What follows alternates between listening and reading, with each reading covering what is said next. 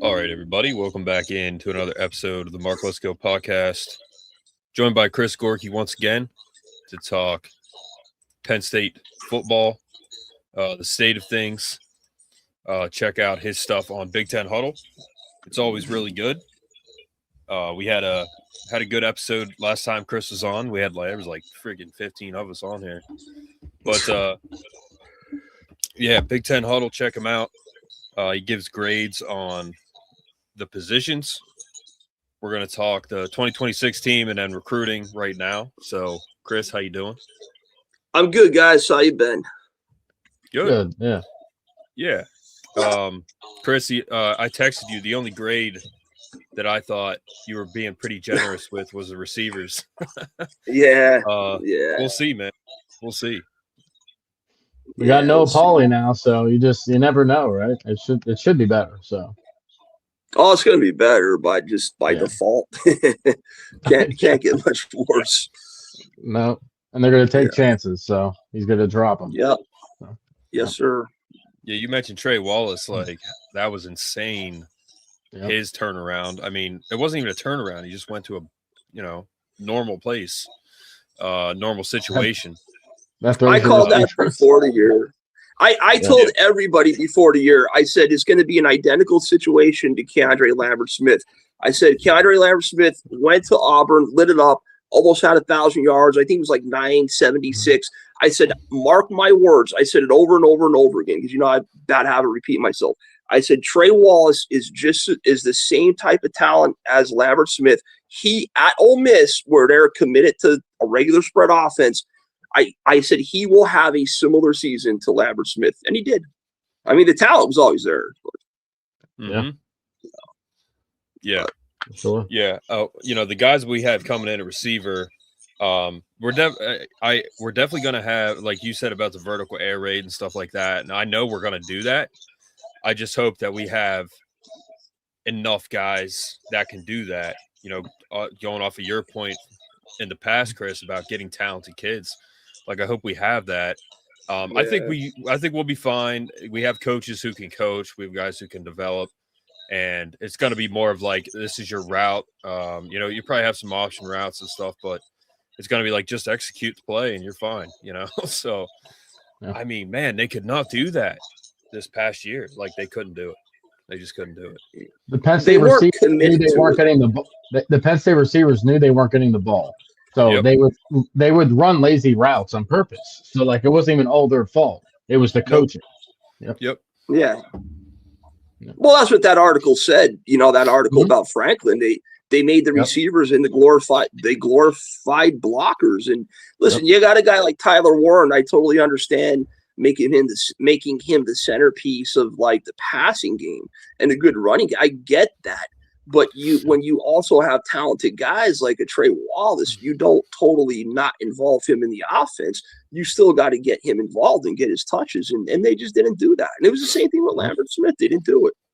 Right. It was coaching malpractice, as we would talk about before. Yeah, Yes, it was. Yes, it was. Like you said, Chris, you said Franklin didn't know what he was doing, which is true. I mean, it's 100%. Like, it's so bad. It's so bad. Like, man. But yeah. So, Chris, what's your thoughts going into 2026? Well, I mean, you got to see how it all comes together and blends together. Like, one thing I want to say before we hop into 2026, like, there's a very well-known insider. I'm not going to say his name, but he's just a regular poster. He doesn't, he's not a staff member, but a very trusted guy on one of the message boards that said that this staff and the feeling around Penn State is the closest it's felt to what it was with Joe Paterno here. Just blue collar fundamentals, grinding away all football. And there's a very good vibe and a very good feeling, in the Lash building. And it's not just new blood. It's like everybody thinks just new blood and all different. No, Campbell and his staff is completely different from Franklin and their staff. Franklin was a very self-promoting type of guy, egotistical in front of the cameras. You don't see Campbell in the front of the cameras at all besides his first press conference. The guy's all football. He's grinding away. The interview Taylor Mauser did with LeVar, he's young, he's hungry. Like, these are blue-collar guys that are really getting after it. You know, they're not self-grandizing. They're just football guys through and through that are getting after it. And that resonates with not only the young fan base, but it also resonates with the older fan base and the old Joe Paterno guys. So that's good. As far as 2026, listen, we were blessed. I mean, this couldn't set up better. We were blessed with probably one of the easier schedules we're going to see in a long time. You know, we don't have Ohio State. We don't play Indiana. We don't play Iowa. Like, we don't have many tough games. We have Michigan on the road, which is our toughest game. We have Washington on the road, and then we have USC at home, the whiteout. So if you think of this schedule, and we don't know how it's all going to come together, the Iowa State guys with the Penn State guys, new defensive coordinator, but that aside, if you take just the talent level, if you just take the talent of the roster, there's really only maybe two more teams that you could say have more equal or more talent than Penn State. So Michigan, you could say, might have a little more talent, and they're going through a coaching change. Maybe they have a little more talent, or at least on the level. USC, you know, they're recruiting great now. I don't know prior classes if they have as much talent as a whole on a roster. But besides USC and Michigan, if just on a strictly talent level, I mean, Penn State's better than every talent-wise every team except for two. Now, that doesn't mean it always pans out that way where, you know. But, I mean, I would not be surprised to see this team backdoor their way into the playoff where they only finished with 2 losses. Like, if my prediction for the season, at the end of the regular season, would be 9-3. I'm predicting 3 losses. Mm-hmm. But if everything clicks like it's supposed to, I would not be surprised to see this team, lose only 2 games. Just got to wait to see how it comes together. There's so many question marks. D'Anton Lynn on defense plays, his scheme. I remember him saying he adjusts his scheme according to the skill set and the players he has. So, and he likes bigger defensive tackles. Everybody's in love with these big defensive tackles. Bigger doesn't always mean better, though. Now anything's going to be better than the defensive tackles we had last year. Those guys got pushed around all over the place. But, are these guys going to be just big bodies that occupy some space, or are they going to be able to actually make plays and impact the game more than just being big space eaters? That Kano Williams is the number one big-bodied one tech that's going to start. But the other guys they got, like the other UCLA guy that's like 335 pounds, he played for 1 million years now. It's like he's in his 6th, 7th year. He had a bunch of red shirts. He never really did much. Like, he didn't put up big numbers. He wasn't all that impressive. That Dallas Volcott, whatever the guy's name is, from Utah, he's another grown man, big guy. He didn't even start at Utah. There's some potential there. But, I mean, as far as the 4D tackles they brought in, the only ones that really impressed me is that Kano Williams. And Kano Williams was hurt in 24. He blew his knee out. Came back in 25. Still had a pretty good year, but he wasn't fully healthy. Right. But he's pretty impressive. Like, could be a PJ Mustipher type, like the better version of PJ Mustipher. And then that, what's his name? Nodum. I forget his first name. His last name's Nodum. He's your big 3-tech guy. He's like 280, Armstrong. 290. Yes, Armstrong. Yep. He's pretty explosive. I am intrigued by him. He's a big muscle. He's pretty explosive. I think he's a taller Zane Durant. Yeah, right. He's a taller Zane Durant. We'll see. Yep. We'll see how he works out. He's like 6'2", 290, strong as an ox, pretty explosive, could move. I think those two are the best 2D tackles that they brought in. You comp them, and then you have Ty Blanding, whose potential's there. Is another little 3-tech. So you just got to see how it all meshes. Is that, what are these linebackers going to do with Tony Rojas? Is Tony Rojas going to be 100% healthy? I do feel confident in our corners. I think these young corners are very good. Everybody's talking about Darius Dixon, who has flashed a lot, and everybody knows. But I'm very intrigued by Jameer Joseph. I think there's actually more upside to Jameer Joseph, just in my opinion. So we got Joseph, we got Dixon. Davian Collins is a nice physical corner. He's not going to be like this big time All-American, but a very solid player. Physical corner.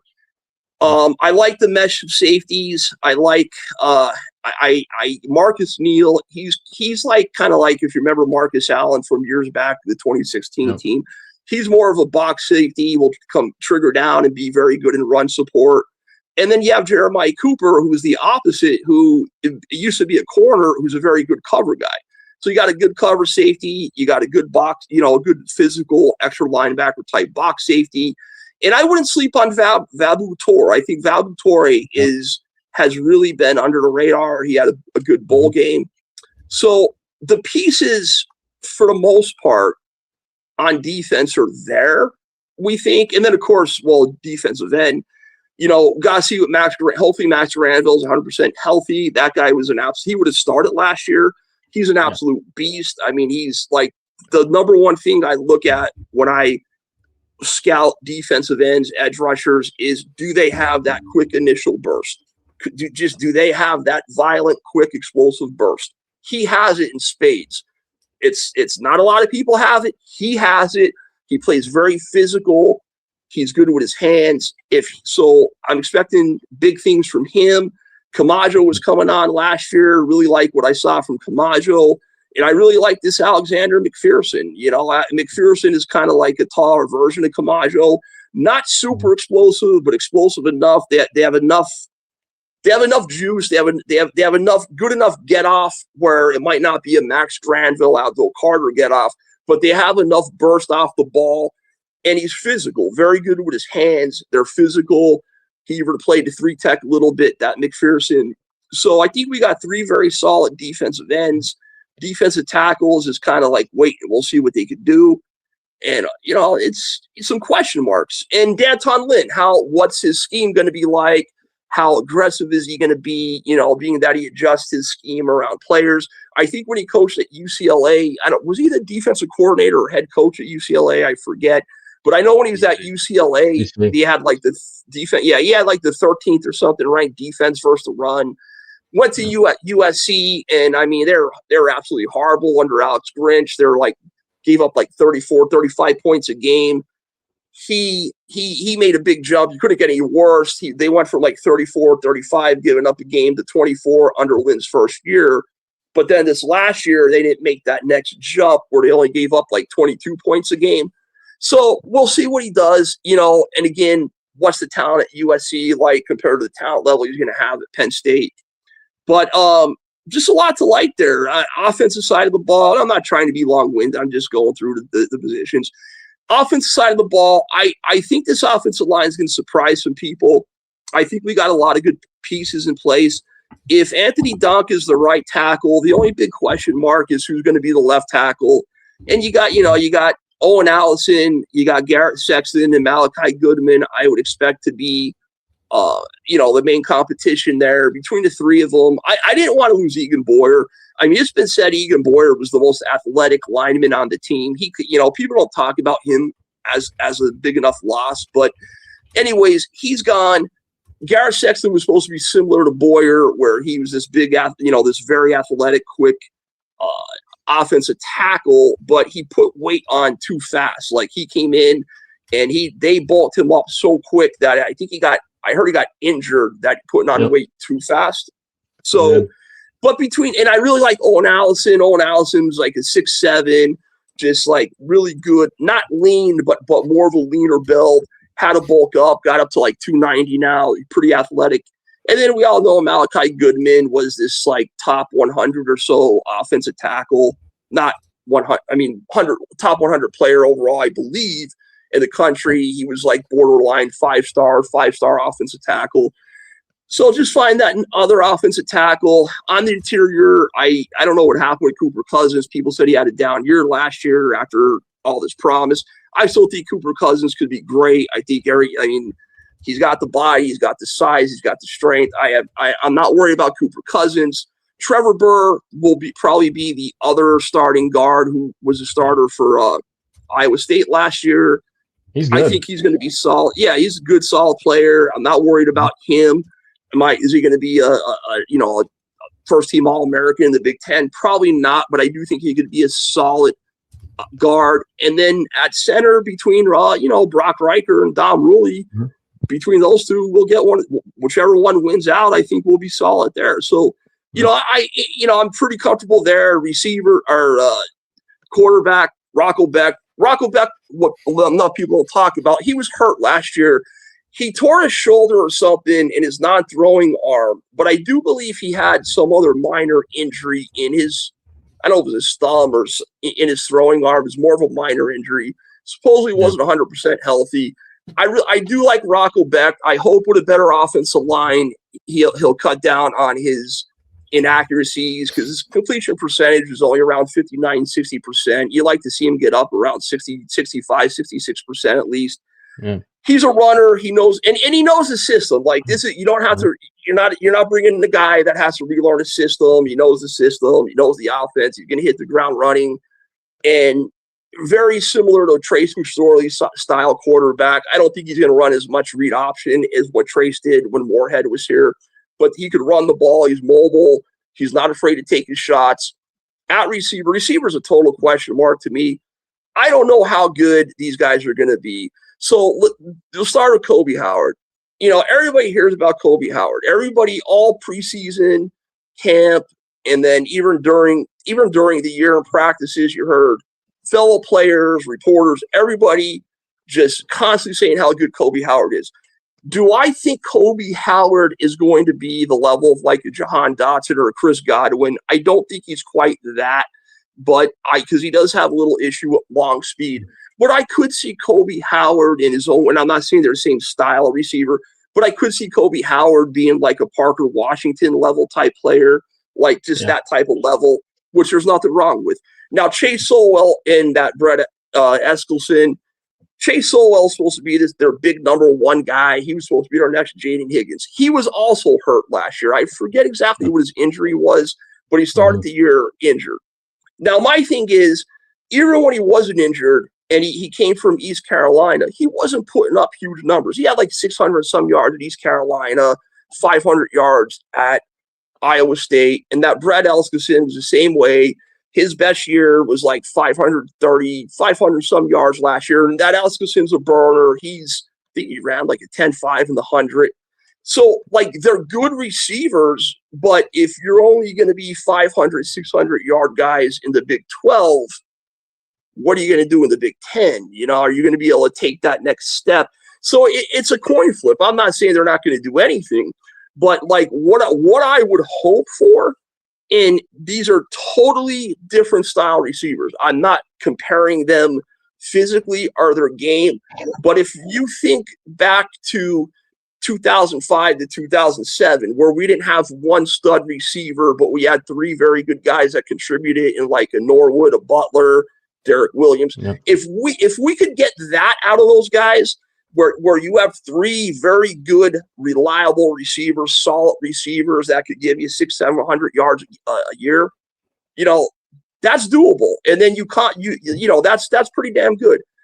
I don't know if that's going to happen, but then you comp that with the tight ends. Rapulé, we already seen breaking out last year. He's not only could catch the ball, he's a good blocker. Ben Bramer is, I look at Ben Bramer as like a poor man's Mike Gesicki. He's a 6'7", more of a lean guy that could go up and jump the ball, but just like Mike Gesicki, he couldn't block my 90-year-old grandmother. He's hard. He can't block for shit. Not as fast as Gesicki, but a great red zone threat. Very good in the receiving game, and they like to get vertical, and it's so. The potential's there. Just got to see how it all comes together. So that's my take. Prediction: 9-3, finish the regular season. Yeah, one thing, couple things that some of the comments. Matt Campbell and Lavery said he doesn't seem to like he doesn't seem to like being in front of the camera, which is probably true. So We have the total opposite of Franklin in many ways, thankfully. And, Chris, you know this too. Like, it's good to hear that they're back to the blue collar type of thing, Yeah, Joe Paterno won a lot of games. We're fans of Joe Paterno.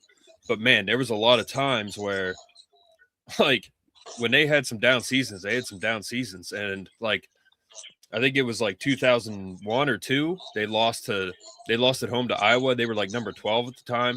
And there's these like 6-3 games, these 23-9 games against Temple. Like, God, that drove me nuts.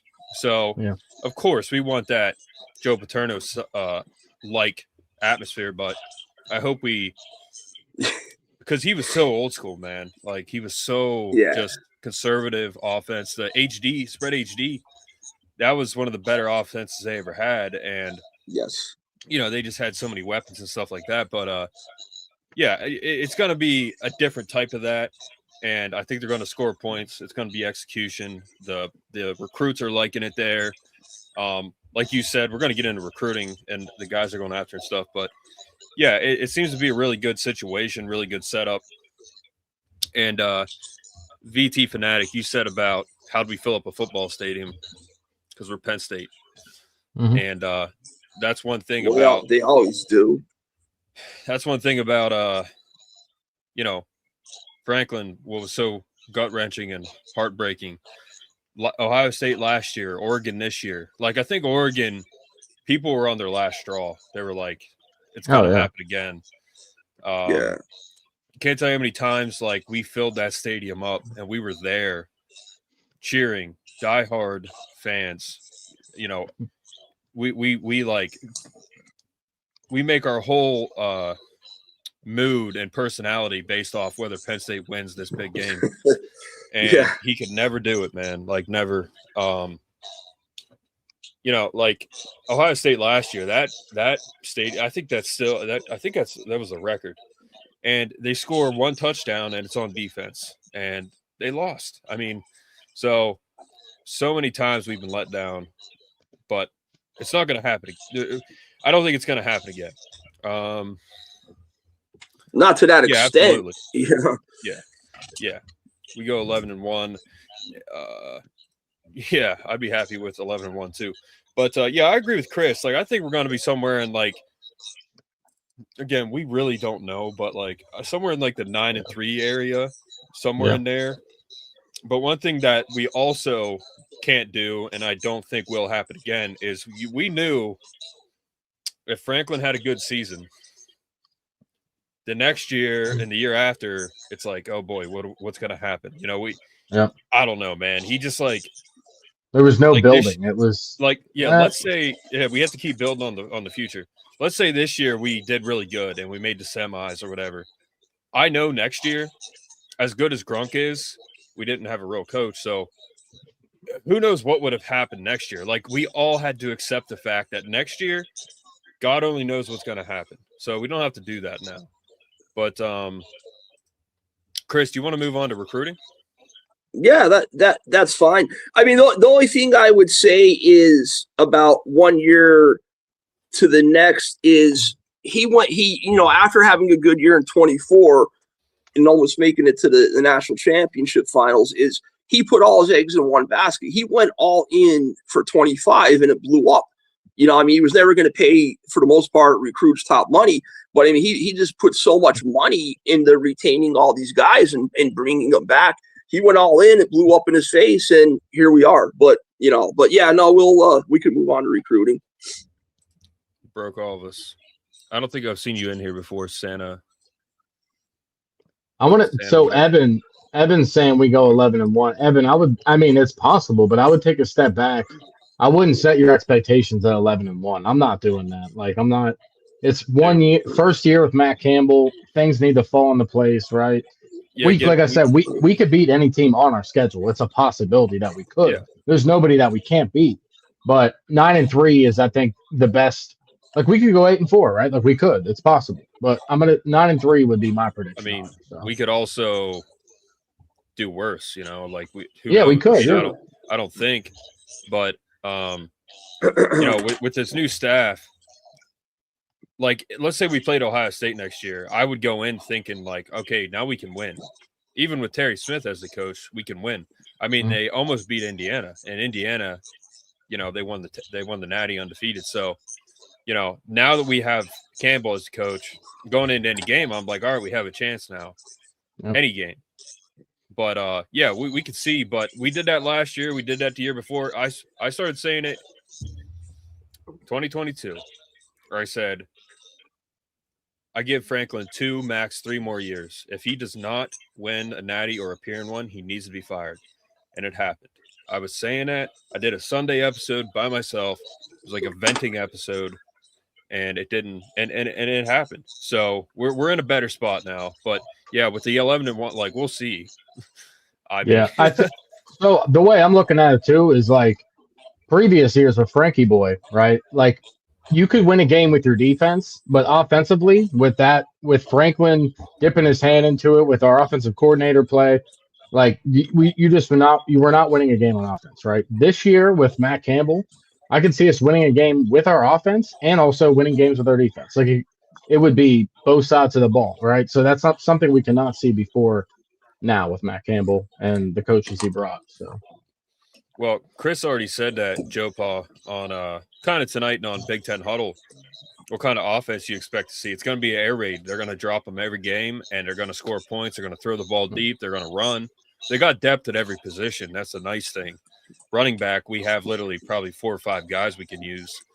Receiver, we have depth. Could use one more guy probably, but between us and Iowa State, like, we got what we wanted, and we got a kid from Grambling too. And we'll see how that works. But that's what we're going to see on offense. We're going to see real offense. Thank God. Probably haven't seen truly real offense since, like, what, 2017? 2008? That's the last time. 2017. Moorhead was like the last real good offense, which was, probably 2017 is what I'd say. Yeah. And Brett Eskelson, he was only a sophomore last year, so like he could blow up this year, right? That's another thing. Like he's still. I think that guy could be very good. Like, he's a good route runner. Actually, he's faster than Chase Solwell. He was like a 10.5 guy, and he's got good size. He's like 6'2" or so, and he was more of a track guy coming into football. And so he had to learn the nuances of like route running and stuff, which you could see he was starting to come along. So I could very much see him, becoming, taking that next step. But to elaborate, I'm just trying to look something up here as I just like go over something as you guys are talking. I've been saying it for really since 2021. Particularly 2022, because that's when Aller was a freshman, and halfway through the Purdue game, I'm like, put Aller in. And I remember when Aller went into the Purdue game, and Joel Klatt was calling the game, and there was this one play where Notre Dame, where he was in the pocket, and he had wide open field in front of him. And he threw the ball, and it was incomplete. And Joel Klatt said, that's where you got to run the ball. This young kid is going to learn and get better throughout. And everyone was excited because he was in. And he never progressed. But long story short, what I'm trying to say is I've wanted offense. I've been screaming into the wind for offense since 2022, and it never got better. Like, James Franklin, like, took years off my life. He really did. Isn't it crazy how hard it was for a team like Penn State to just have a basic, consistent downfield passing game? Like it became an impossibility under Franklin to just have a basic. But I just want to answer Joe's question a little bit about the offense. Like, I wouldn't say it's going to be a total air raid. Like, they're going to be committed to pounding the rock, running the football, and using the tight ends. Now understand what I'm saying. It's going to look actually in a way similar to last year with a lot of tight end heavy and running the ball. but they're going to be a lot better at taking downfield shots. Like they're gonna be committed to a vertical passing game. Taylor Mauser's interview with LeVar, he said he opened up, I don't know if it was 4 games or 6 games, but the very first play call in 4 or 6 games was a deep shot, and some of them went for a touchdown. And so it's like there was a breakdown. I don't remember the numbers, but there was a breakdown. And I think almost half of the time, or maybe more than half, the offense was in 12 personnel, which is 2 tight ends, 2 receivers. So you're going to see a lot of the same type of it's going to look the same as far as like you're not going to see an Ole Miss like an Ole Miss offense or an old LSU offense where you're spreading out 3-4 receivers, and it's still going to be pounding the rock, tight end heavy, but they're going to utilize the receivers, and they're going to be committed to mixing in a lot of downfield passing game with it. That was the problem Franklin had with whether it was AK or and Mike Yurcik was told you have to use 2 tight ends. He didn't want it. That wasn't a Mike Yurcik offense. He was told make it work. Use 2 tight ends, make it work. So the problem was with AK and Yurcik and those Franklin offenses, they did a good job pounding the rock and utilizing the tight ends. But when it came time to incorporating the receivers and having a regular downfield spread passing game, that's where he failed, where he couldn't do that. Why Trey Wallace ended up leaving. And so but with Matt Campbell's offenses historically, and basically from what Taylor Mauser said, is they're absolutely going to be an explosive play, big play offense in that regard. They're good, they know what they're doing, and they're more committed to getting the ball downfield. So it's going to be pounding the rock, tight ends with a vertical passing game mixed in, which is what Franklin should have done. And another thing I found interesting, and this is credit to T. Frank. T. Frank does a lot of good work on 3, so I'll give him a shout out. He did this study on Nathan Shieldhouse, who was the offense coordinator for Iowa State before Mauser was there. And Mauser came up under Shieldhouse a little bit. And what Nathan Shieldhouse does was a lot of offensive designs, passing plays, is a progression read. In other words, it does not matter what the defense is in, you're still going through your progressions of whether first progression to the left, second progression left, turn, last progression to the right. He's assuming it's going to be same under Mauser, is it's going to be more conceptual. I think they call it a conceptual based offense, where instead of going through basic progressions, it's kind of reading what the defense of alignment is and utilizing the gaps in that alignment.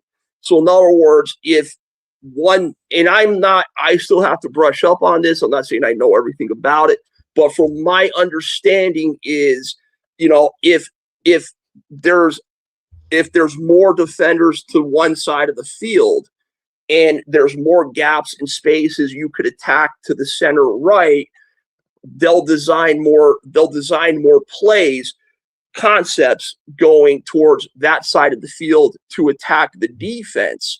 Instead of just progression, it might be flooding one area with more numbers to, and then taking what the defense gives you. In other words, not just the first look, second look, third look. It's here's where the gap is in the defense. Here's where the receivers are running. Take what's open. Something along those lines. And that's something Shieldhouse did. And again, I'm interested in learning more about that. Also, there was something about the way Nathan Shieldhouse attacks, and he does this with the Rams. And I keep bringing up Shieldhouse because he was the offense coordinator for Iowa State. Mm-hmm. A lot of teams, when they went to 3 safeties, so what the 3 safeties does, that extra defensive back, is it makes it harder in the passing game. You have an extra defensive back, so it's hard to get the ball downfield because everybody likes to throw today. So how he combated that was he'd bring in an extra tight end. Sometimes you're going to see 13 personnel with 3 tight ends, and bringing that extra 1 or 2 tight ends in, because if you have 3 D-backs and one's not coming up, pressing up in the box, and they're playing kind of a nickel, that means you should be able to run the ball better. You bring that extra tight end in, or that third tight end, now you're creating another gap that the defense has to cover. It's just kind of a numbers game. It's kind of taking what the defense gives you. They're taking away the downfield passing with extra defenders in the secondary. We'll bring extra blockers up, and we're going to pound the rock. We're going to create an extra gap with that third tight end. So kind of like what I learned a little bit, I mean, it's all that nerdy football stuff. Does it mean everything's just going to work out like that? No. But I'm it was just interesting trying to learn up as much as I can on it. Yep. Yeah. My favorite part about the new offense is we're going to see back shoulder passes, something we've never seen under Franklin. We'll see back shoulder passes, and that I can't wait. Because listen, Rocco Beck can throw a very nice ball when he's got a clean pocket. He can sling it. So, that's a great point. They're huge on back shoulders. Back shoulders 50-50, 100%, Brett. That's we haven't seen that at all. And every team does that. And it's a timing route between quarterback receiver, and he's got the timing down with bringing 2 of his receivers over. And he throws a great deep ball. He throws a really pretty deep ball. Yep. So that's a good point. When I say air raid, I shouldn't say air raid. What I mean is the offense is just going to execute, like Chris said. Like they're gonna, it's just going to be a better overall offense. We're going to run. We're going to utilize our tight ends. Going to be a lot of 12 personnel. We're going to throw to our guys downfield. I mean, it's a bunch of everything. So, that's what it's going to be, and it's just going to be way better. I think we're going to all be very happy with what we see, and that's what more could you ask for, man? Honestly, so for sure. Yeah, I'm excited, man. Well, like I said, we'll see what happens. Do you want to move on to recruiting? Sure, you move on. Wherever you want to start, let me know. Like position, a year, whatever. Yep. So recruiting wise, we talked to Chris quite a bit, and kind of mixed reviews from Chris on the recruiting. There's some guys he wanted them to go after that they're not, but we're also getting interest from some other guys. Keemon Spell, still think he's coming to Penn State. Khalil Taylor looks like he's good. A lot of the guys from this past weekend had very good things to say about the staff, Penn State, and they had fun at the hockey game. Taylor Mauser and Clanton, they were smashing beers on their heads in the stands. I think they were with the recruits. So, right. To me, cool. that's a good sign. Frankie Boy would have been standing there in his aviators just looking around. So he would have been drinking a wine cooler. Yeah. So what do you think about the latest on the recruiting trail? Well, it's just their philosophy is different, but let me just start off with Spell, because I'm sure that's what everybody wants to know. So here's the thing with Spell, and nothing has changed. In my opinion, everything regarding Spell centers around his reclassification. If my understanding is, if Spell reclassifies, it's Penn State. He cannot, and I don't understand how the education, state laws, and all that work, but for whatever reason, if he reclassifies, he has to go to an in-state school. He can't skip his senior year, reclassify, and go to like a Georgia or Notre Dame. He has to go to an in-state school, which was very smart on Penn State's parts to pitch that, okay? Also, I was told, and, sometimes this is like, word of mouth, second, third hand sources from person to person.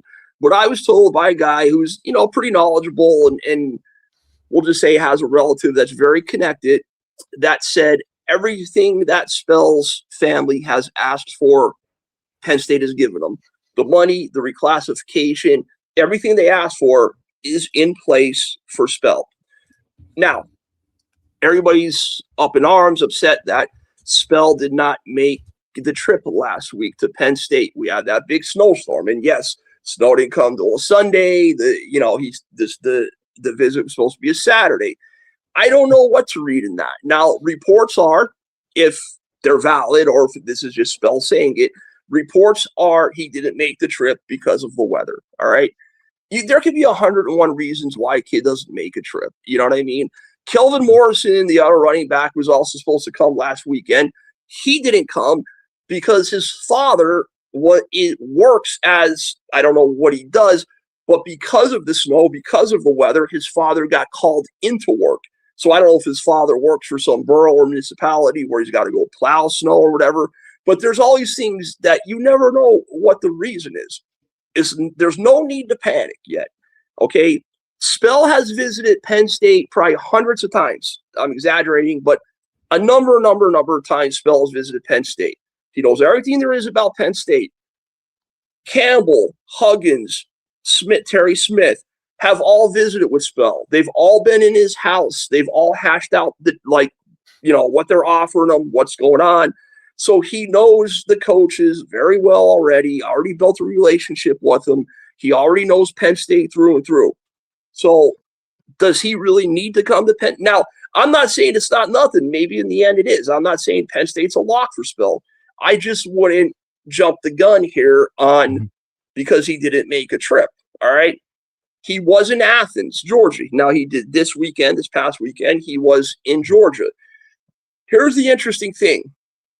And this is why I'm saying don't jump the gun.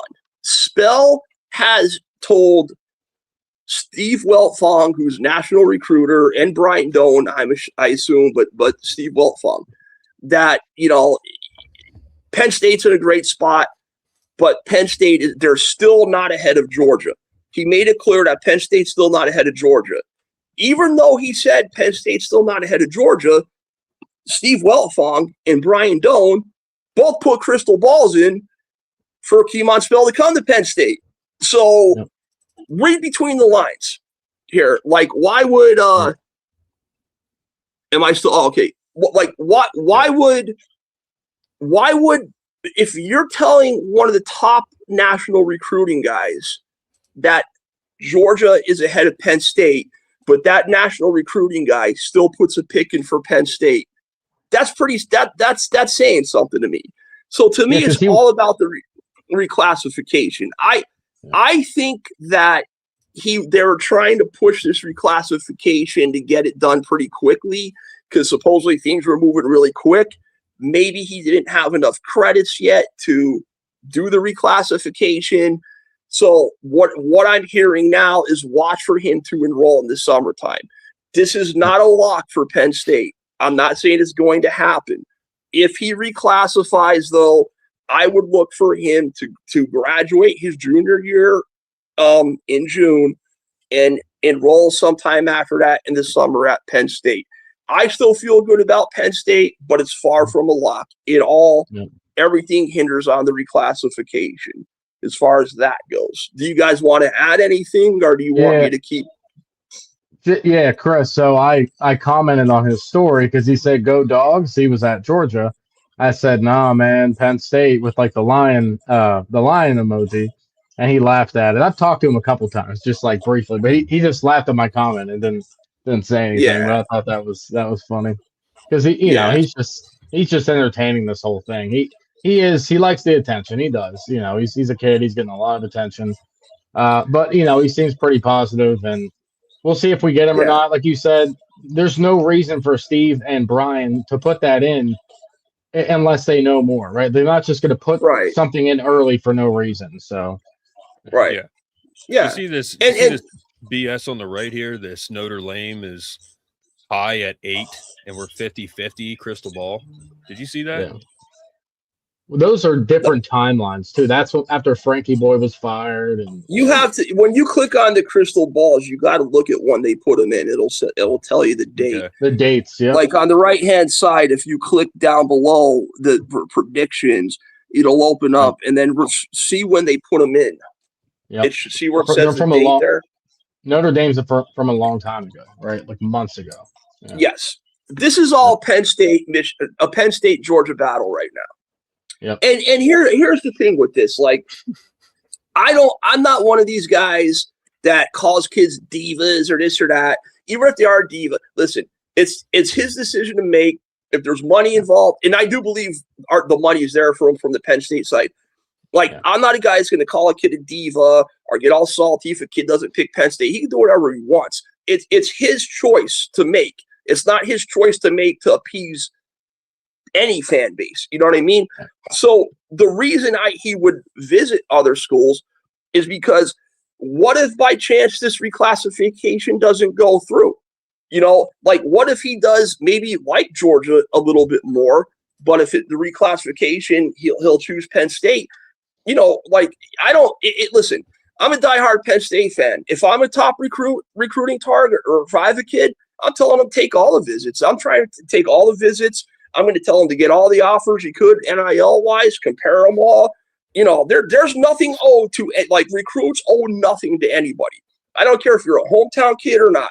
The dumbest, and I know people won't like me saying this, the dumbest thing I hear in recruiting every time, in every single college, I remember when Butch, whatever his name was, the coach of Tennessee, said, and if you're from Tennessee, Tennessee players stay at Tennessee. If you're from Penn State, or if you're from Pennsylvania, you stay in Pennsylvania.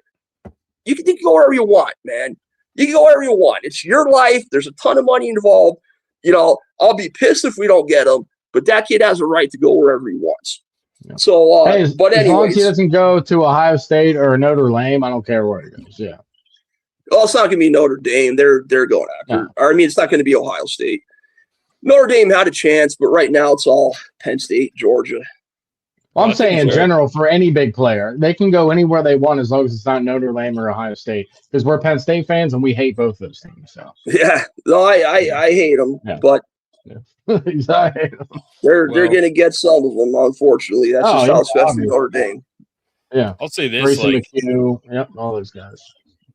Chris, I don't know what you think about Ohio State right now. Not to get it too off subject, but real quick, like Ohio State, man, like, you know, the fact that they didn't get Chaz Coleman, they didn't get Keemon Spell, or they probably won't get Keemon Spell. I mean, I don't know. It's like, it's kind of weird that these kids, like those two guys in particular, aren't considering Ohio State more. I know exactly what happened with Chaz Coleman there. I can tell you exactly what happened. So, JR, the guy I do the Big Ten huddle with, he's an Ohio State guy, and he's connected, knows some guys with that runs the Ohio State Collective, and he told me, and I hope he doesn't mind me saying this, but like Chaz Coleman was all Ohio State, they're all ready to go, and it was something along the lines of, I don't know if it's a 2-year deal. I think it was like for the next 2 years, they're offering him $2 million. But his camp wanted $2.5 million, and Ohio State didn't want to budge and go any higher than the $2 million, where Tennessee did. You know, first it was like $2 million for 2 years. He wanted $2.5 million for the 2 years, or $1 million for the 1 year, however you want to break it down. And I believe it's something like Ohio State was offering $1 million for 1 year, $2 million for the 2 years. He wanted either 1.5 for 1 or 2.5 for 2. Ohio State didn't want to go the extra $500,000, and Chaz Coleman did. It's all money now. Listen. That's what I'm saying. It's all money. Like Chaz Coleman's a perfect example of like where people would call kids a diva. There's probably Ohio State guys saying he's a diva, this or that. Oh, he's not worth it. No, man, $500,000 is a lot of money. Like when Chaz Coleman was at Penn State, he was the most humble player there was. There were stories about Franklin saying he would stay after practice and help the janitors and the equipment guys pick up equipment. When Franklin was going, saying, like, do you think, red shirt, what are you? Yellow light, green light, red? Like, what do you think you are yourself? And he said red or something like that. And everybody, like, he's the most humble, quiet kid there is. But because a kid goes and does what's best for himself and to make significantly more money somewhere as opposed to another school, that doesn't make him a bad kid or a diva. Like, I don't know. I just hate when people say that. And it's every fan base. They all say stupid shit. But that's what I know about Coleman. It was the difference of $500,000, which, it's a lot of money. Is it everything? No. But that's why he went to Tennessee. You talk about Chaz, right? Chaz Coleman. Yeah, Chaz Coleman. Yeah.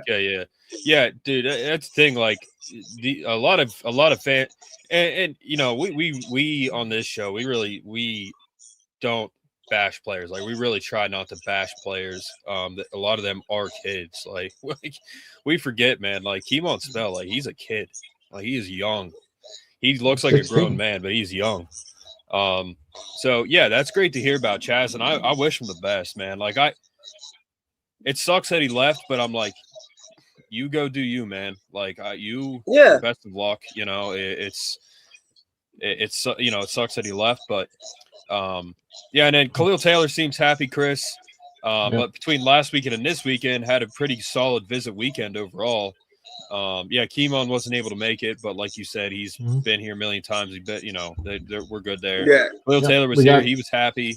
Khalil Taylor's my guy. Like, right after, I forget, and Chris, it's funny, the first time you came on here, it was after we lost to UCLA. That's the first time you came on.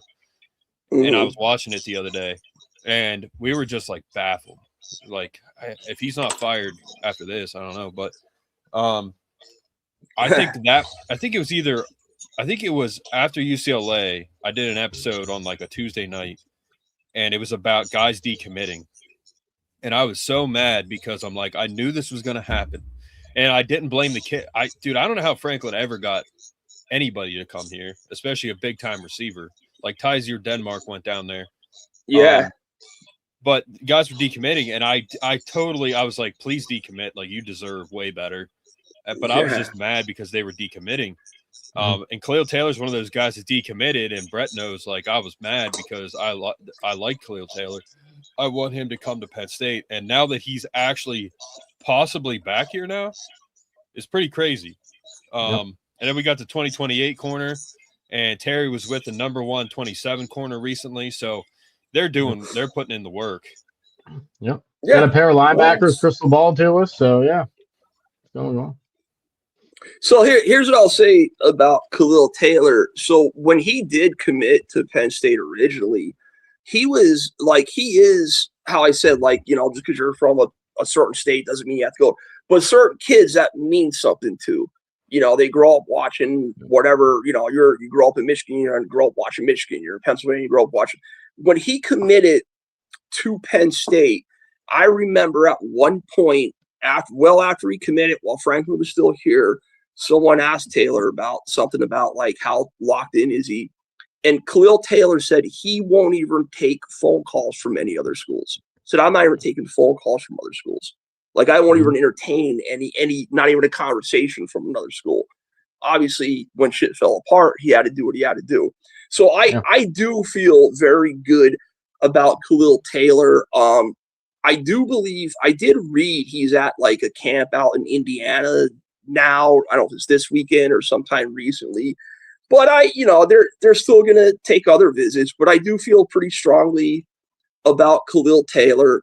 I'll tell you a guy that's sliding a little, and he's a perfect example of a guy that is just all, like, great testing numbers, but football-wise, like, just fundamentals, maybe not all there, is Matthew Gregory. Matthew Gregory's a speed demon. He's a 10-4 guy. And you watch his film, that's crazy. And Khalil Taylor is similar, but I think Khalil Taylor has a little more. Everything to me is, obviously, you need a receiver. You want it to be have decent size. You want him to have good speed. But after that, everything is route running. You got to know how to beat man coverage. You have to have the nuances to just have different moves in your route to beat your man. A quick double move, a stutter and go, threaten your guy vertically. You get the DB leaning one way with a quick jab step while you break the other way. And these guys are such great athletes and so fast, like a Taylor and like a Matthew Gregory, that they don't have to rely on, like, those type of route running moves, because they could just run by everybody in high school. And that's what Matthew Taylor did. And to a degree, that's a lot of what Khalil Taylor did. I think there's more I think Taylor shows a little more route running ability. But I saw this in Gregory for a while. I'm like, man, he's a speedster. But I always look for them. What are they doing in their routes? Andrew Olish was the best route running tight end I've ever seen. You want to watch good route running, whether you're a receiver, tight end, watch Andrew Olish's film. But are you making a sharp break? How are you setting your DB up? Are you just taking off and going down the field, or you're just outrunning everybody? Are you just running into an open? You got to be able to beat guys. So, but I do feel good in Taylor, and a guy that I really like. I called this guy out months ago. Cade Cooper, the Malvern receiver. I love Cade Cooper. He's probably not as fast as Taylor or Gregory, but he's right up Campbell's alley. And Cade Cooper just got an offer from Notre Dame, but he's right up Campbell's alley. He's 6'2", big-bodied receiver. He looks to have good speed. He actually and I'm not saying he's going to be as good as this. I notice when I here in certain places, if I do a comp, like, people think I'm trying to say they're the exact same player, and that's not what a comp is. But he kind of reminds me of an Allen Robinson type. Big-bodied receiver, but he understands. He shows some of those nuances of route running, like I'm saying. Like, he does a good job of making a quick break one way just to get the DB leaning and breaking the other way. He could go up and high point the ball. He's very good at tracking the ball. And he has very good body control when he goes up and tracks the ball. So he's a big-bodied receiver. Yes. I mean, so I'm very, very high on him. And believe it or not, I think Cade Cooper is like the number one receiver on their board, maybe even above Taylor from what I read. So and he loves Penn State. He says he's just a perfect fit for Penn State. So if we could get Khalil Taylor and Cade Cooper, that's great. And then whoever you get after that is a bonus. Samson Gash, I had no idea Samson Gash was as fast as that, man. Did you guys? Yep. He's fast. Do you want to play that? That clip I showed you, if it's on your phone, do you want to play it? Yeah. Yeah. If you can find it. I'm going to email it to myself or Instagram it, and then I'll pull it up. Yeah. So they're saying that Michigan State's, it's going to be hard to, well, Sean Fitz said that he thinks, he's probably staying at Michigan State, but we'll see. I mean, what was another, Franklin screwed it up again. Now, honestly, it's probably, I don't know, man. Like, he would have decommitted anyways because it fell apart. But so Samson Gash, for the people that don't know, Sam Gash's son, he's committed. We slow rolled him, didn't really offer him because when Franklin was there, he had other receivers ahead of him. Supposedly, when he's at Penn State, he looked decent camping, but he didn't look as good as some other players, other receivers. Then he blew up. He blew up his senior year, senior year. He blew up. I just saw a clip of him. Sometimes you watch film and guys look like they're just speed demons, but they're not as fast as they look. Then it's the other way around where a guy looks like he has okay speed, and then you see what his actual time is, and he's a lot faster than what he looked. Samson Gash has the 100-meter state record. He has the 100-meter state record for Michigan, running a 10.41. I had no idea he was that fast. Like, his film, he looked like he had good speed, but I did not see a 10.41. Mark could put it up here. It's probably going to take a second. I emailed it to him, but you guys can see it for yourselves. Did you know that Journey Brown ran a 10.1 and he still has the state record in Pennsylvania? Yeah, I knew. I didn't know what it was, but I know Journey Brown was a state record holder. I thought somebody beat him recently, like some white kid. Well, I don't know if it was like Ethan Black or so. I thought there was some white kid that came close to beating him after that, but maybe that was the 60-meter. I don't know. I could email it to you, Mark, if you need me to. No, I got it. All right.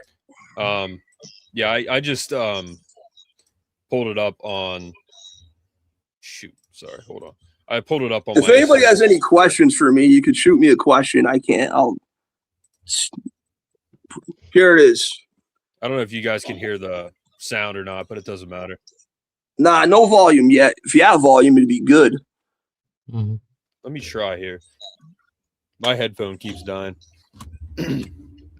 He's in lane 5. He's standing up wearing the white tank top. Like when you're looking at the picture right now, he's the kid standing up wearing the white tank top. Pretty sure that's him. Oh, hold on. There you go. Yep. Can you guys hear it or no? Yeah.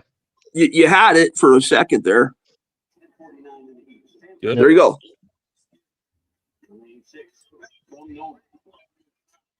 Might have to turn it up a notch, but you got it.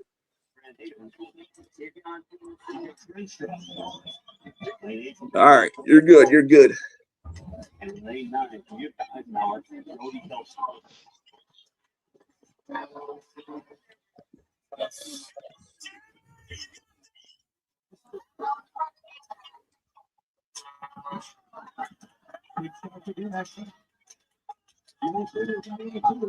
That's him in the white tank top. Yep. He's about to pass. 10-4-1 100-meter dash, state record.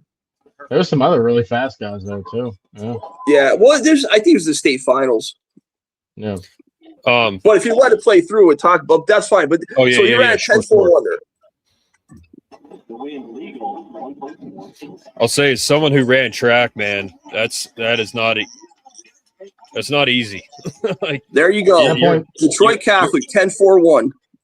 4.2s. That's 4.5. Those are all good. Yeah. Good yeah, times. this had to be the state finals, I would imagine. Yeah, because those are good times, man. Then there's a big drop off from 4.5 to 6.8. Penn 6.8 is still fast, but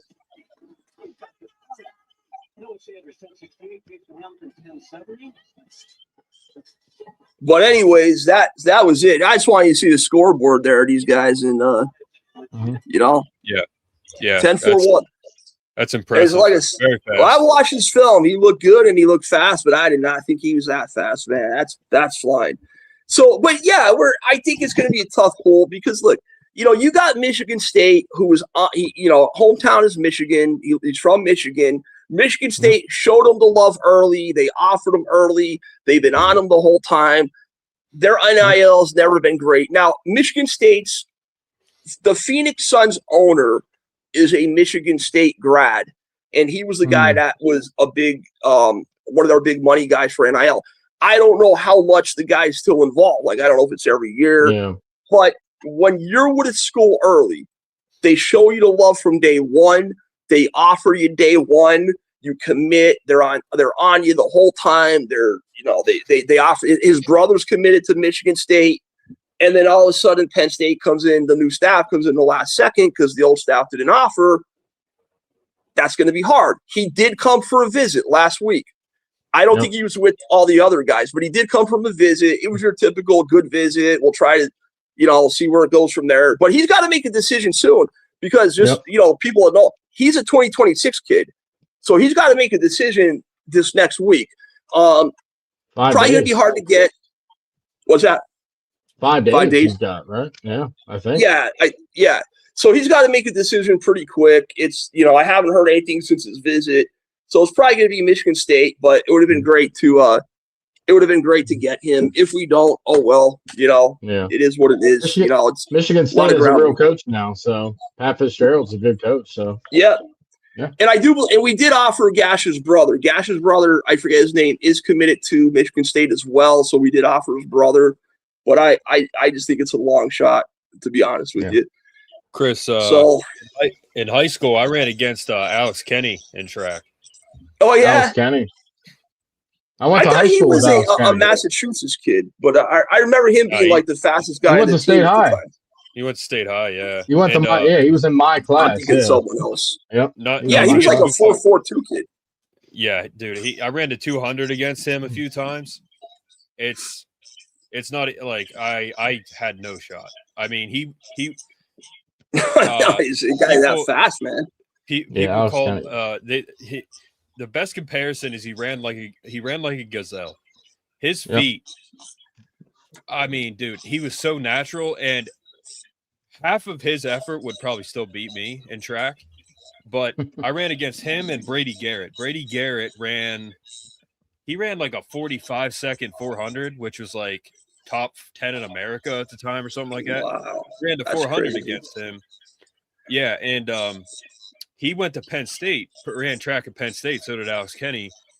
And they both, I think, still have Penn State records in track. But Brady Garrett was on another level. And then Alex Kenny, like, dude, I remember the first time we were out in Altoona at Mansion Park, and I lined up next to him. We were in our blocks, and I'm just looking at him like, dude, let's see how bad you beat me. Like, I was actually interested to see how bad he beat me. He beat me by probably a good 10 meters at least. So.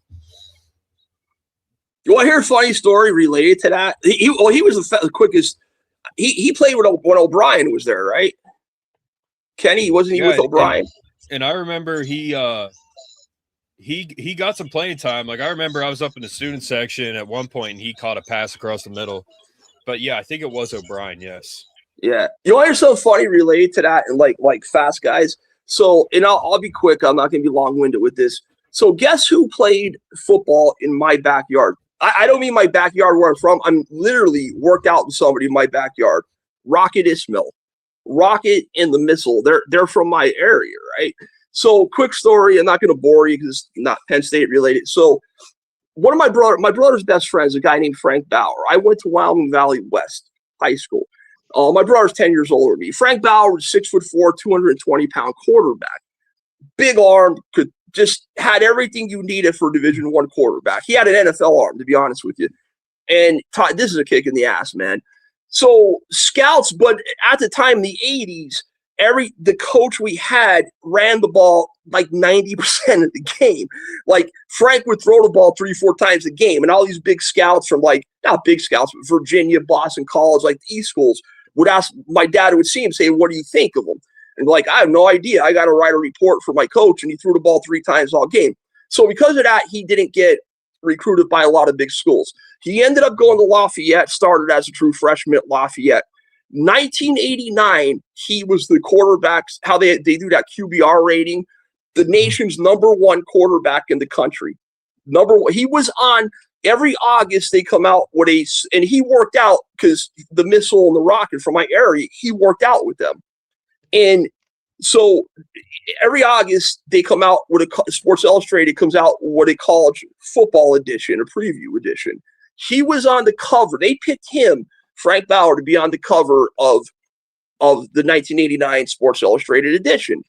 He broke every record at Lafayette and still has it. And now back then, there were 14 rounds in the draft, but people didn't come out early. Like 89 was his junior year, and it wasn't as common for people to come out early. Some did. So this is crazy. So he, for some reason, education's important, blah, blah, blah. He stayed his senior year, and he hurt his throwing elbow. It wasn't serious. It was something along the lines. It wasn't tendonitis, but something-itis. And it wasn't anything serious. Didn't have as big a junior year. Didn't have as big a senior year as junior. So he had this big draft party. I was at his house. Didn't get drafted. I remember next day he called, like, I'm this little punk kid. I'm whatever the hell. They're 10 years older than me. I'm probably like, I don't know, 11 years old. Frank called. I said, "You get drafted?" He goes, "Nope." So him and my brother went out, got hammered. A couple of days later, New York Giants called Frank in to be to try out as a free agent. Now, at the time, you guys are younger. The Giants at the time had Phil Simms and Jeff Hostetler, and that's back when they had a quarterback controversy. It was actually the year Giants won the Super Bowl where Scott Nord for the Bills missed the field goal. So you had Hostetler and Simms, and then Frank and 2 veteran quarterbacks. They were keeping 3. Well, Hostetler and Simms were making the team. And then it was between 3 other quarterbacks. They cut Frank. One of the Bill Parcells, and one of the other coaches showed the draft board from the year before and said, "Frank, you were going to be our number. Why didn't you come out the year before? You were going to be our first round pick." They picked like middle. They're going to be the first round pick the year before, but then they picked up another quarterback and got a little scared off of his injury, and that was it. How crazy is that? Like the right time and place. Bill Parcells literally told them, he said, "Frank, you got the arm strength, the size, and the talent to play in the NFL, but it's not going to be with the Giants." Yeah, but he's my brother's best friend. And that's like, it just goes to show you right time, right place, all that stuff. Yep. But anyway, sorry, I didn't mean to go off on a tangent. No, you're good, man. Well, one last thing, and then we can probably hop off. But similar thing, and it's not Penn State, but Taylor Mays, man. He decapitated Jordan Norwood in the Rose Bowl. The guy had like 8x8-inch bricks as abs. Like he was a freak. Yeah. Oh my goodness, dude, he was so good. But Pete Carroll, in all his wisdom, he convinced Taylor Mays to come back to USC for a year rather than go to the draft. He would have been a top 10 pick. Comes back, and I don't know where he was drafted, but it did not work out. But I mean, some of these kids, like I was always of the belief, like if you can go to the NFL, you're going to be a high draft pick. You need to go because you can always come back and get your degree if you don't already have it. There's really, like, if you're a top 10 pick, like Aller last year, probably should have gone to the NFL, you know? Because I don't know where he would have been drafted, but he probably would have been fairly high. I think the Notre Dame game killed him at the end there. Yeah, probably. It did, but I think this season killed him more. Is a problem. Oh, well, absolutely. Yeah. Yeah. For sure. It stinks for him, man, because like we talked about it a couple times, but he's a good kid, and you feel for him. You know, he had like the worst possible situation happen to him with Franklin giving up on him on his team and getting injured. Just awful. He gets, to me, and it's something my dad said, he gets a ton of credit for never leaving Penn State. Like, looking back on it now, like, bro, why did you stay at Penn State under Frankie Boy? You know, you should have left. He gave it a shot because the whole team was all in. So you can't. It's hard not to see that. Like we all saw it. We all thought we were going to be good. The thing he's lucky with is this is probably the worst quarterback class I could remember. Yeah. So that could really help him. Like he's not in a class loaded with like top quarterbacks. I mean, honestly, after Mendoza, it's a crapshoot. And after Mendoza, I don't know if any of these guys are first round talents, to be honest with you. All the guys that are supposed to be good, Drew, Kate Klubnik, Nussmeier, they all just went down. Hell, none of them had, they do it every year, Chris. They push these quarterbacks into the first round when they don't need to be, but they're quarterbacks, and teams like they need quarterbacks. They hype them up. Like Dwayne Haskins, to me, not a first round quarterback. And there's several examples, but like the Panthers should have taken C.J. Stroud, I think, over Bryce Young. I mean, Bryce Young's like 5 foot tall, and then the Raiders, even Mendoza, man. Like I don't know. Like he has. It's gonna be interesting to see what Mendoza does in the NFL because it's like, he kept doing it in college, and he does kind of have that it factor, and he's good under pressure, but. There's just something about him. He doesn't seem like he's going to be this high level guy, you know, like how high, what's he going to be, but we'll see. He's going to have the Pope there in the locker room with him just to keep that thing together. He's going to be like catching on fire when he walks in. Yeah. The Raiders are Listen, there's some other positions. I know you said you want to wrap up, but there's other positions we could talk about real quick in recruiting if you want that we didn't really touch on. Right. Like, you can hop off if you want. What's up? You can hop off if you want. I was just saying there's other positions in recruiting we didn't touch on yet. Yep. Yeah, my eyes are killing me. That's why I put these on. They're killing me right now. Chris, I could talk for like 9 hours, man. So. All right. No, I'm not going to go on forever. I'm just going to touch on some of the other positions. That's all. Yep. What do the people in the chat want? Does the chat want to hear more about recruiting and some of the other positions? Like, press 1 if yes, 2 for no. That's what my one buddy always does. One if yes to hear more about recruiting, 2 if no. Because I'm pretty into this, so I got the beat on it. Just give him a quick rundown, Chris. All right. Well, I was just waiting for you guys to give me the heads up. My fucking pants Chris, are getting stuck on this thing. I have a question for you. Do the best in PA go to Notre Dame? Do the best in PA go to Notre Dame? They go. Notre Dame gets guys from everywhere. They shouldn't go to Notre Dame, but whatever. They get some. They don't. You know, they got Joey O'Brien because Franklin didn't want to pay him. We got Fuck Notre Dame. All right. So here, we'll go. I know you guys touch on this linebacker. Well, let me just start by this, giving you the lowdown, okay? I'll try to be quick. So there's a different approach with Campbell compared to Franklin. I don't know if it's going to be a better approach, but there's a different approach. The main difference, for the people that don't follow recruiting closely, the main difference, when we just had our junior days last weekend. Junior days is supposed to be one of the biggest recruiting weekends of the year, okay? And that's where you're supposed to bring all your top targets in. Now, under Franklin, he would bring 30, 40, a whole crap load of every top target in the region and even some guys out of the region that were interested. Campbell's approach is different. Campbell would rather, instead of bringing all these top targets in, he would rather bring in 8 to 10 guys or so, 11 guys, 12 guys. He would rather keep it a smaller group to where he prioritizes them more and gives them more one-on-one, just more one-on-one with them, and keep it a lot more formal. I don't know what I can't hear that back noise. I don't know what he's. But anyways, there's an echo. But right. Anyways, so I don't know what's going to be better or not. It sounds good that you have it more one-on-one and more formal. But the problem with that is if you miss on some of these guys you're prioritizing, like what if you could have – they always have a board by position, like receiver, linebacker, quarterback, whatever. Boom. Here's our top guy. Boom. Here's our next guy. Here's our next guy. Here's our next guy. Okay?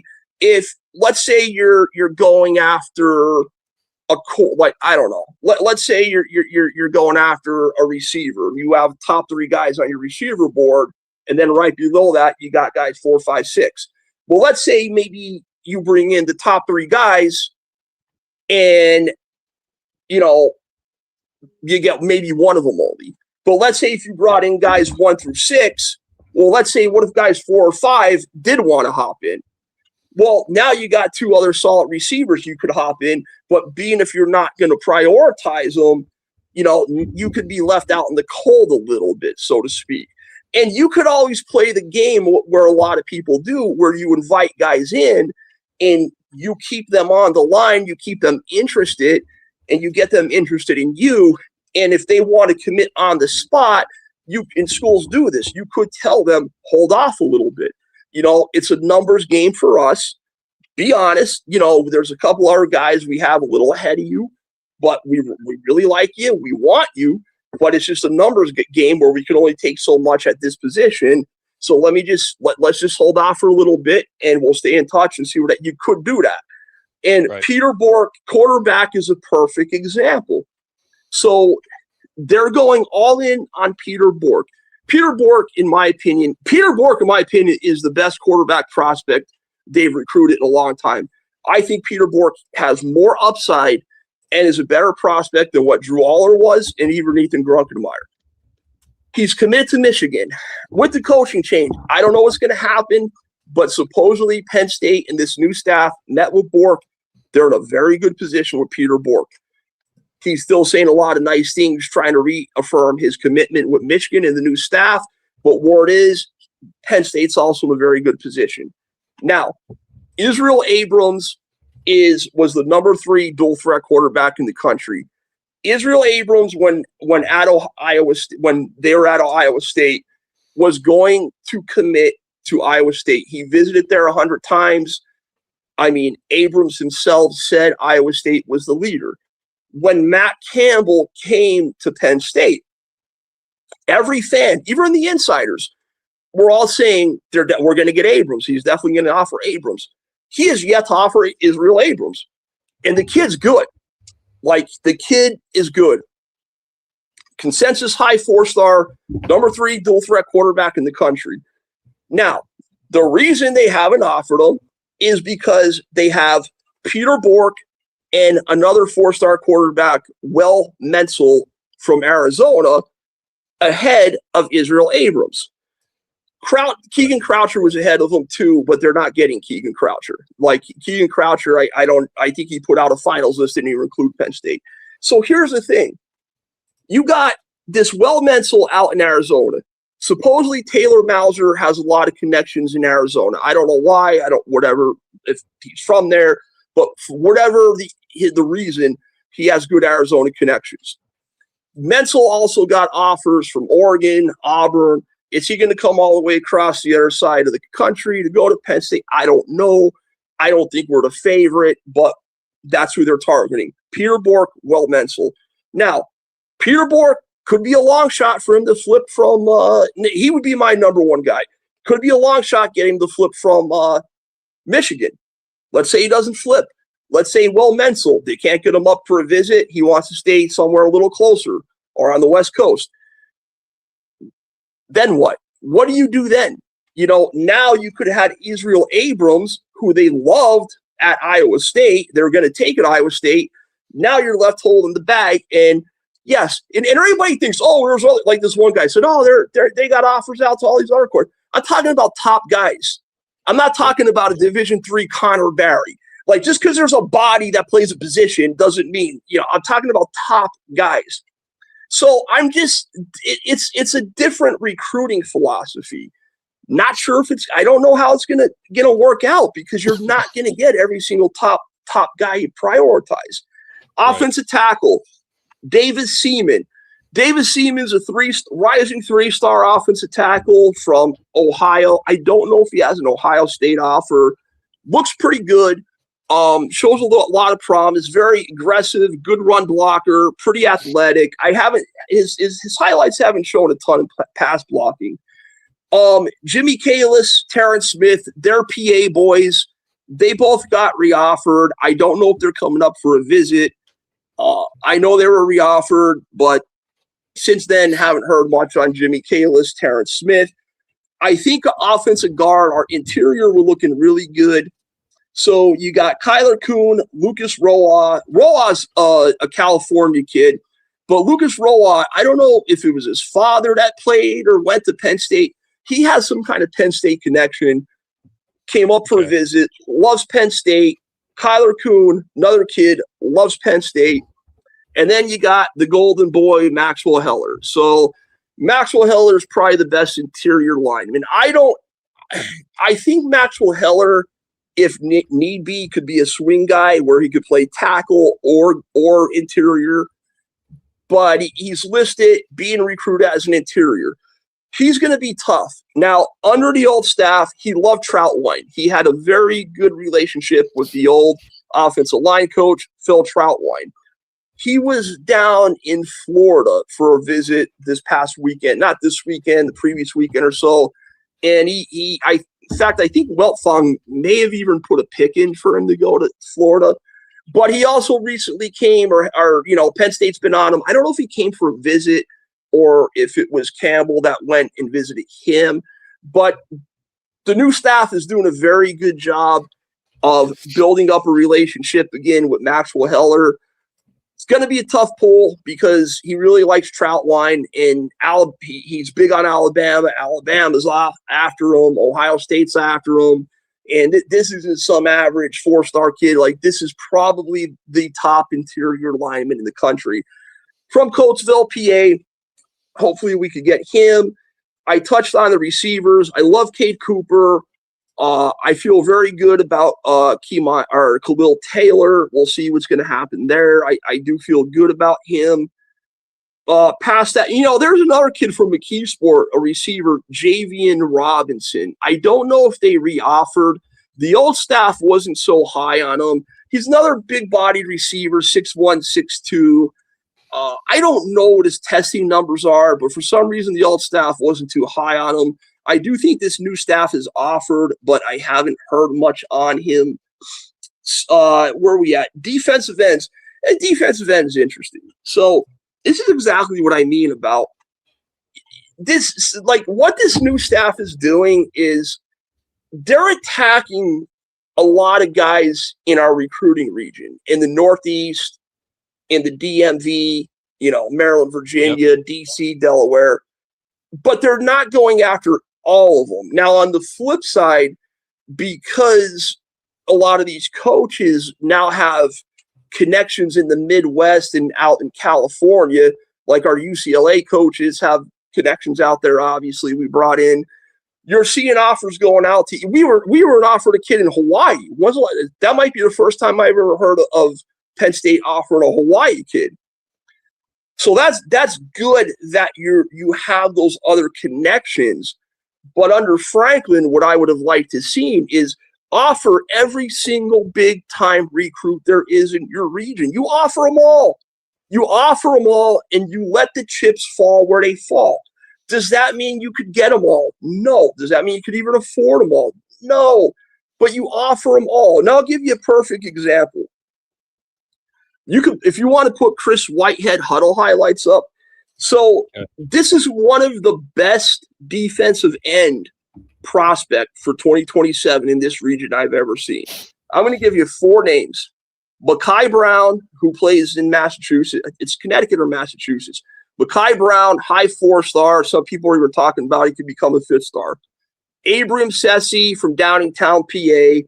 James Pace, DeMatha, Maryland.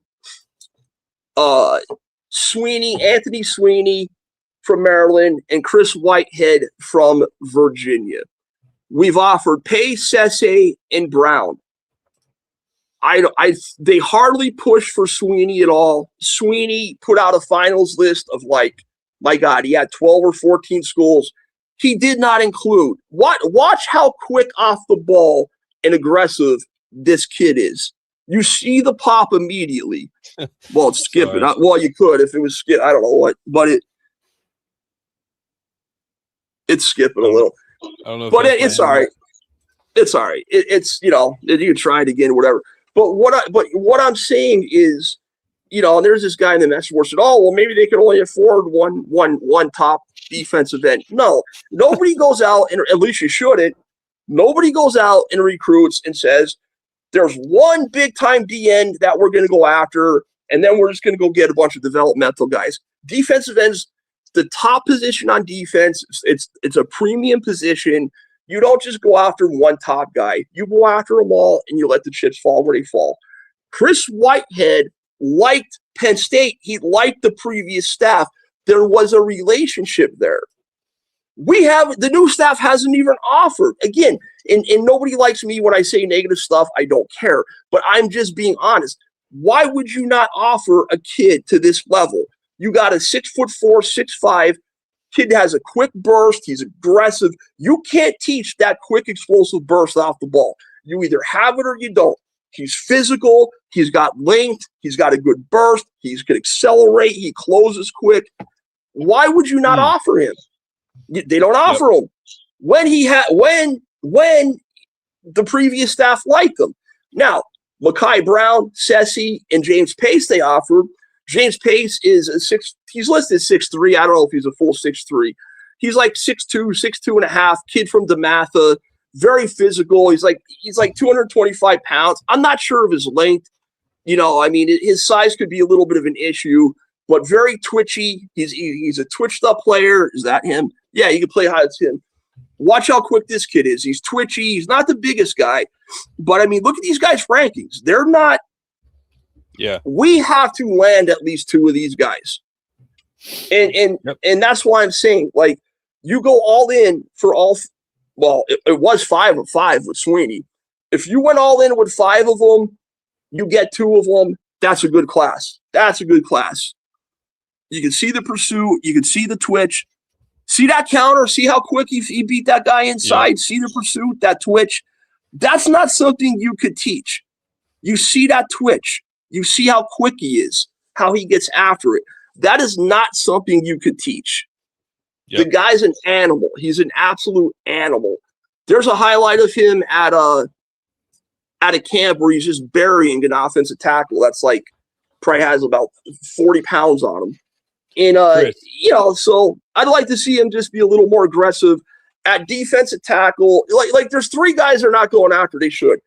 So Chris Whitehead, the other top running back in 2027 after spell is Isaiah Rodgers. Again, last staff had a pretty good rapport with Isaiah Rodgers. There's a relationship there. We're not pushing hard for Isaiah Rodgers. He's a kid from Providence, Rhode Island, Springfield, Massachusetts. very good running back, legit 4-star. He's leaning Indiana because Indiana's pushing. We're not pushing hard for him. Don't know why. And then the last guy I want to talk about is Joseph Buchanan. Joseph Buchanan is a defensive tackle from McDonough. He's easily the best defensive tackle in the region. Again, not really pushing hard for him. Don't know why. But we are probably going to flip. They just came on a visit. Stanley Montgomery, who is another, he's from Philly. He goes to the Archbishop in Philly. 6'3", 290. On 3 has him at 290. 24/7 has him at 300. Typical big body defensive tackle that Danton Lynn and the new D-line coach likes. He's only a 3-star, but he has a lot of promise. He put up big numbers in Philly, a lot of tackles. He had like 19 tackles for loss. He had like 8 sacks, and just strong kid.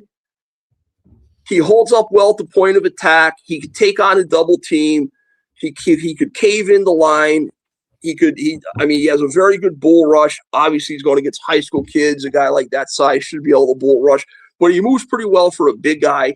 And he's right in line with the typical big-bodied, one-tech type defensive tackles that the new coaches like. So that's pretty much what I got with the recruiting for 27. Chris, one more guy that I wanted to ask you about, this David Gabriel. That's another kid you mentioned. Yeah, we're not – hold on. That was in reply to Joe in the chat. We're not getting him. We're not even going after him. We have a group chat, and one of the guys that comes on, Joe Kurtz, was asking me about David Gabriel or something. I said, yeah, he's like number 2 to spell. Penn State's not going after him. We have no chance at him. He's in Ohio State lean. They're not even. We're all in on spell. This kid is a stud. That David Gabriel, he is right there with. He's right there with Keemon Spell. They are without a doubt 1-1-2. To me, they're like 1-1A. We're not going to get him. Oh, it is. But I'll tell you what. Do me a favor. Go to Kelvin Morrison. Morrison huddle. Go to Kelvin Morrison's sophomore huddle. Kelvin Morrison is unranked. He's from Hermitage, PA. He is unranked by on 3, and he's like an 87, 88 on 24/7. This is the best running back people aren't talking about. He is the most now click on highlights. Well, all right. Well, I was trying to tell you to go to his but all right. Watch his second and fourth run here. Just play this. I'll show you. This kid reminds me of a Journey Brown, how he was underrated and unknown. I'm not saying he's going to be, but his acceleration and speed is off the charts. And you could probably even enlarge this. Now watch the second run. Right after his punt return, watch how quick he gets to the hole and separates from the defense. Watch this. Of course, it stalls and So if you want to go back, but this kid is being slept on. Chris, if I enlarge it, then it like buffers. Then don't. That's fine. Gone. Look at that. Look at him separate. That is elite speed. That is elite speed. And I'm gonna show you one more. Not this next play, but the play after. This is how much I watch film. I could have them memorized. This kid got offers from Miami, Ohio State, Florida, Tennessee, and he was at Penn State this weekend. So this is the same play. Watch his explosion and acceleration. He outruns the camera. Look at gone. You see how quick fast he is? Had an angle on him. Holy crap! Do you see how fast he is? So go to his sophomore highlights. There's a run I want to show you on his sophomore highlights. Is this? You got it. I would go to you should have clicked on highlights up above and it would have displayed it. Just go. Gotcha. Okay, now just somewhere, if you scroll through, it'll say sophomore highlights somewhere. Does it let you go to the next one? Just go all the way up. Just go to highlights all the way up. Right here. Sophomore highlights. Now, I think this is, I forget where it's at. It's around like the 130 mark. Go to like 129. And he averaged 9 yards a carry last year.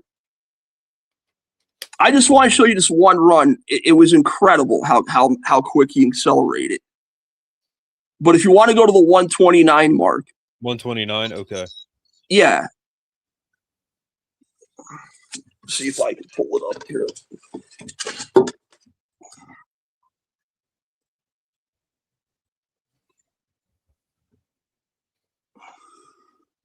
Man. Is that where he ran through? Okay, that's the play. Go back and play that. Watch when he plants his foot in the ground. They're in red.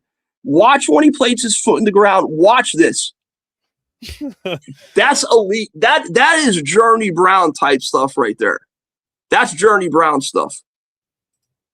So this is now. Yeah, like I'm not saying he's as fast as Journey Brown, but do you see the acceleration on this kid? He's not as good as Keemon Spell because he doesn't have Keemon Spell's physicality. And like this kid's 5'11", 185. He has to get stronger and fill out. But I will tell you this. From an acceleration standpoint, just explosiveness, speed, I would bet you he's just as fast as Keemon Spell, if not faster. Not saying he's as good, but this kid is being slept on. He went to some camp called the Battle of Miami, and he was one of the top running backs down there. And you don't get offers like, I'll give you an example, like that Deontay Sheffield we got. And I like Sheffield's a nice back. But you look at Sheffield's offers list, not a lot of big-time schools. You look at this kid, because they're both 3-stars. You look at this kid's offers list, like I said, Penn State, Ohio State, Miami, Florida, Tennessee, Iowa. Those offers aren't coming from nowhere for no reason. This kid is good. This kid. Now, in college, he has to bulk up. He has to get stronger. He has to, run more physical. But from a pure speed and explosion standpoint, man, he's not going to get caught from behind. But some of those runs I showed you, man, like they just I showed it to my friend. He said my hair stood up on that run. Well, but one thing that really stood out to me was the Gabriel kid, because he is very quick. But like there's certain players that you go back and watch and you're like, holy crap, dude. But you and to finish up here, Chris, because we're going no pretty problem. long here. Nick Singleton, he was quick, man, but how he was the number one, the Gatorade National Player of the Year, the number one back, like I don't know, but you're right. He just didn't have much vision. You know what I mean? And so I called Nick Singleton before anybody. I got trashed on these message boards because I said Nick Singleton doesn't have a jump cut. And people made fun of me like, well, first of all, this is what you get with fans that are biased and sunshine pumpers. It was a tight recruiting battle. He was this close to going to Notre Dame. We just won his recruitment. Everybody's high on him. So of course the kid could, he's God. He can't do anything wrong because, he's a Penn State player now. He can't have any negativity. I watched Nick Singleton. I have scouted these guys for years. Okay, I'm nothing special. I'm not a pro scout, but you don't have to be a rocket scientist to know what to look for and do player evaluations. And I watched Nick Singleton, and they would do these quarterback dive in high school. It was like these like quarterback dive deep pitches. And he would take this pitch, he would take a pitch, and he would just outrun everybody. Outrun. And if he ran between the tackles, it's just putting his head down, running over a guy, and just outrunning a guy. And I said on the message board, I said, listen, the guy's got great size, strong, very explosive, fast. I said, but he doesn't have the ability to make anybody miss. I said, the one thing that's going to hurt him, and I use the word jump cut because, today jump cuts, like back in the day, we use the word juke when you juke somebody. And that's all I was trying to say. I said, he doesn't have the lateral movement to be able to juke a guy and just simply make a defender miss. in college, you're not going to be able to just outrun everybody. You're not going to be able to run over everybody. Mm-hmm. I remember offensive line videos when people would explain RPO blocking and our zone blocking a lot of times. And I'm not saying I'm an offensive line expert by no means, but I always remember videos back in the day where they would say how different people from the offensive line is responsible for this guy, that guy in defense, where the running on a run play, there's usually one free guy, where the running back is responsible to make that guy. The running back is responsible to make the first guy miss. And I'm thinking, how's Nick Singleton gonna make that first guy miss when he doesn't have any lateral movement? He doesn't have any jukes. He's just gonna lower his head every time. People jumped all over me like I was, and sure enough, 3-4 years later, they're all saying, "Wow, how'd you see that, Paul?" Well, it was easy to see. I would compare Nick Singleton's. I would watch film on Nick Singleton, and then I would watch film on other top backs around his time. I'd watch Omarion Hampton. I'd watch Travion Henderson. I'd watch even Kaytron Allen. Every one of them had lateral movement. Every one of them could run to an opening. He was the only guy. I've never seen a guy that just wanted to run straight and put his head down so much. Yeah, whatever. I didn't get it. I did not understand. Yeah, he just didn't have the best vision. But Horrible. Chris, thanks for coming on, man. I think we covered just about everything. But I'll talk to you real quick when we get off, and then Sure. You guys, thank you for coming on. Thank you for the comments. It's good to have Chris back on. Chris will be on here.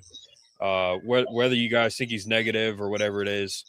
Doesn't matter. Chris is going to come on here and talk. So I just call it like I see it. Exactly. Yeah, it's not negative, man. Like, you just give your opinion. That's it. Like, and you see you like the recruiting. Like, I agree with you in the sense that they're just big guys and they're not going after them. So it's like, why aren't they doing that? Like, I would like to know. It's just a few of them. I mean, they're going after a majority, 90% of them. There's just a few of them they didn't go after. Look, I was on the Big Ten huddle, right? Like, we're talking about the portal. And I'll be quick. And I was seeing how great of a job Campbell was doing. He brought in so many good guys and good fit. And I was going through the players. I said, but I could say 5 very positive things, right? But then I said one negative thing about he's not making a big splash going after any big name guys. One negative thing compared to 5 positive things, and there was there's guys in the comment section. There's guys in the comment section saying, "Oh, this is a lot better. You're a lot more positive. I didn't like last time when you were judging Campbell already. You were his recruiter." I said, like, Jesus Christ, dude, like, my God, like grow, if people can't hear the truth about their team or their situation, you're only lying to yourself. You're lying. Mm-hmm. I get nothing out of I call it like a fantasy pep rally. Like, I'd be on a message board and we have a big game coming up versus Ohio State when we might be like a double-digit underdog. I'd be like, this is going to be a tough game, man. They got this advantage, that, and I'd have people that would sit there and tell me, well, with an attitude like that, we're not going to win. Am I playing the game? I didn't know I was playing the game. Like, holy shit, man. I call it like I see it, good, bad, or indifferent. You'll never see me be a sunshine pumper. It also doesn't mean I'm over the top negative. I'm just a straight shooter. Because you're only lying to yourself when you're trying to, like, spin something to make it sound better than what it is. All right, guys. Thank you for commenting. Chris, again, thanks for coming on, man, and we'll see you again soon. See you guys later. Got it. Have a good night, guys.